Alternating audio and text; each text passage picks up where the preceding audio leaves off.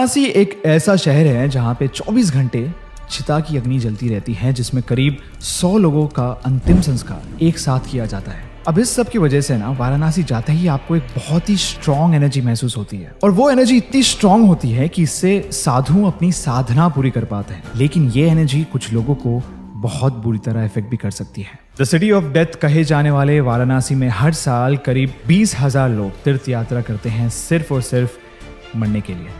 तो मुक्ति भवन जैसे जगहों का सिर्फ एक अनोखा मकसद होता है, इंसानों को वाराणसी में मृत्यु पाने का मौका देना। ये जगह स्पेशली उन लोगों के लिए बनाई जाती है जो अपनी जिंदगी के आखिरी दिनों में है और अपनी आखिरी सांस वाराणसी में लेना चाहते हैं। और इसलिए इनकी पॉलिसी होती है कि अगर 15 दिन तक आपकी मृत्यु नहीं होती है या फिर आपकी तबीयत में सुधार आता है तो आपको यहाँ से वापस जाना होगा।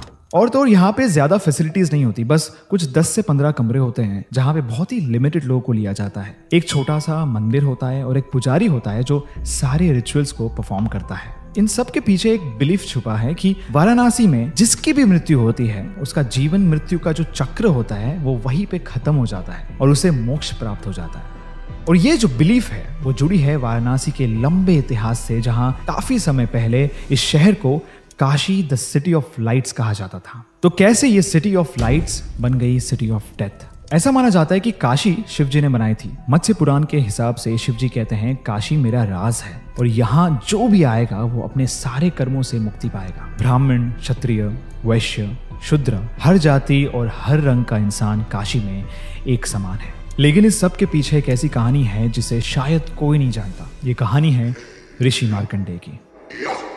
ऋषि मार्कंडेय का जन्म हुआ जब उनके पिता ऋषि मृकंड सालों तक एक संतान पाने के लिए शिवजी की आराधना कर रहे थे। और एक दिन शिवजी उनके सामने प्रकट हुए। शिवजी ने उनकी प्रार्थना सुनी, उसे स्वीकार की, लेकिन उन्हें एक ऑप्शन भी दिया। शिवजी ने ऋषि मृकंड से पूछा कि क्या उन्हें एक ऐसी संतान चाहिए जिसकी बहुत ही लंबी उम्र हो लेकिन वो मूर्ख हो, या फिर एक ऐसी संतान जो बहुत ही ज्यादा अक्लमंद हो लेकिन उसका जीवन सिर्फ 16 साल का हो, यानी कि 16 साल होते ही उसकी मृत्यु हो जाएगी। ऋषि मृकंड ने कहा कि उन्हें एक अक्लमंद संतान चाहिए। शिवजी ने उनकी इच्छा पूरी की और उनकी पत्नी की कोख से जन्म हुआ ऋषि मार्कंडेय का। ऋषि मार्कंडेय इतने बुद्धिमान थे कि उन्होंने बचपन से ही वेदों और शास्त्रों का ज्ञान लेना शुरू कर दिया था। अब जैसे जैसे वो बड़े हुए उनका ज्ञान बढ़ता चला गया और वो एक बहुत बड़े शिव भक्त बन चुके थे। उन्हें अपने भाग्य के बारे में भी पता चल चुका था और इसीलिए 16 साल की उम्र से कुछ समय पहले से ही उन्होंने शिवजी की घोर तपस्या करना शुरू कर दिया था। और उनकी निश्चित मृत्यु का दिन आने पर जब यमराज के दूत ऋषि मार्कंडेय को लेने आए तब वो शिवजी के लिंग के साथ तपस्या में मग्न थे। यमदूतों ने अपना पूरा जोर लगाकर उन्हें वहां से ले जाने की कोशिश की, लेकिन एक शिव भक्त की भक्ति के सामने उनका जोर कम पड़ गया। और ये देख के यमराज खुद मार्कंडेय के प्राण लेने आए।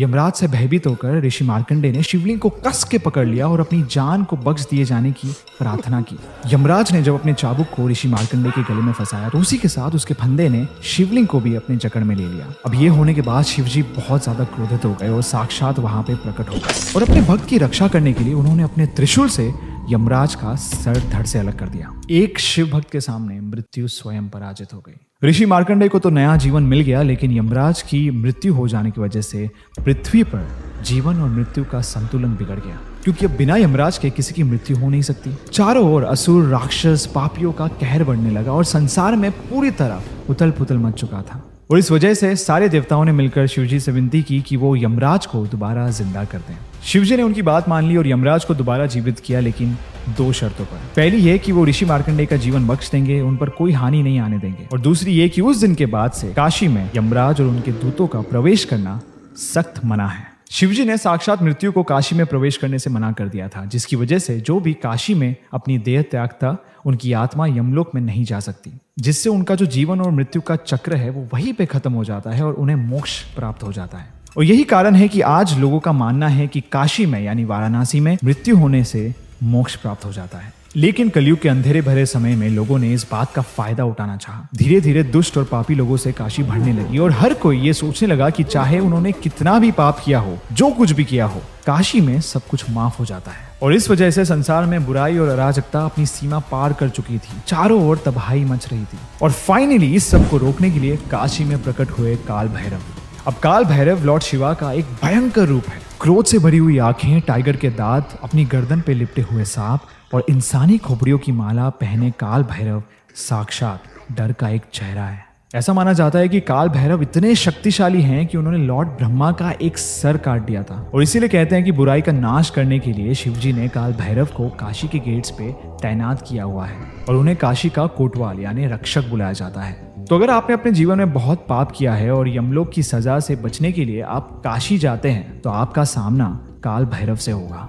मृत्यु के कुछ ही मोमेंट्स पहले जब आपका जीवन आपकी आंखों के सामने चल रहा होगा ना, उस समय काल भैरव आते हैं और आपको यमलोक में मिलने वाली सजा को कुछ ही मोमेंट्स में एक्सपीरियंस करवाते हैं। इस सजा को भैरवी यातना कहा जाता है, द अल्टीमेट सफरिंग, यानी यमलोक की यातना जो पृथ्वी पर काशी में मिलती है, जिसे काल भैरव देते हैं। भैरवी यातना जिसको भी मिलती है ना, उसे ऐसा महसूस होता है कि उसके बहुत सारे शरीर है और उसके हर एक शरीर को उसके कर्मों की सजा एक साथ मिल रही है। उसे इतना दर्द महसूस होता है जितना कोई सपने में भी नहीं सोच सकता।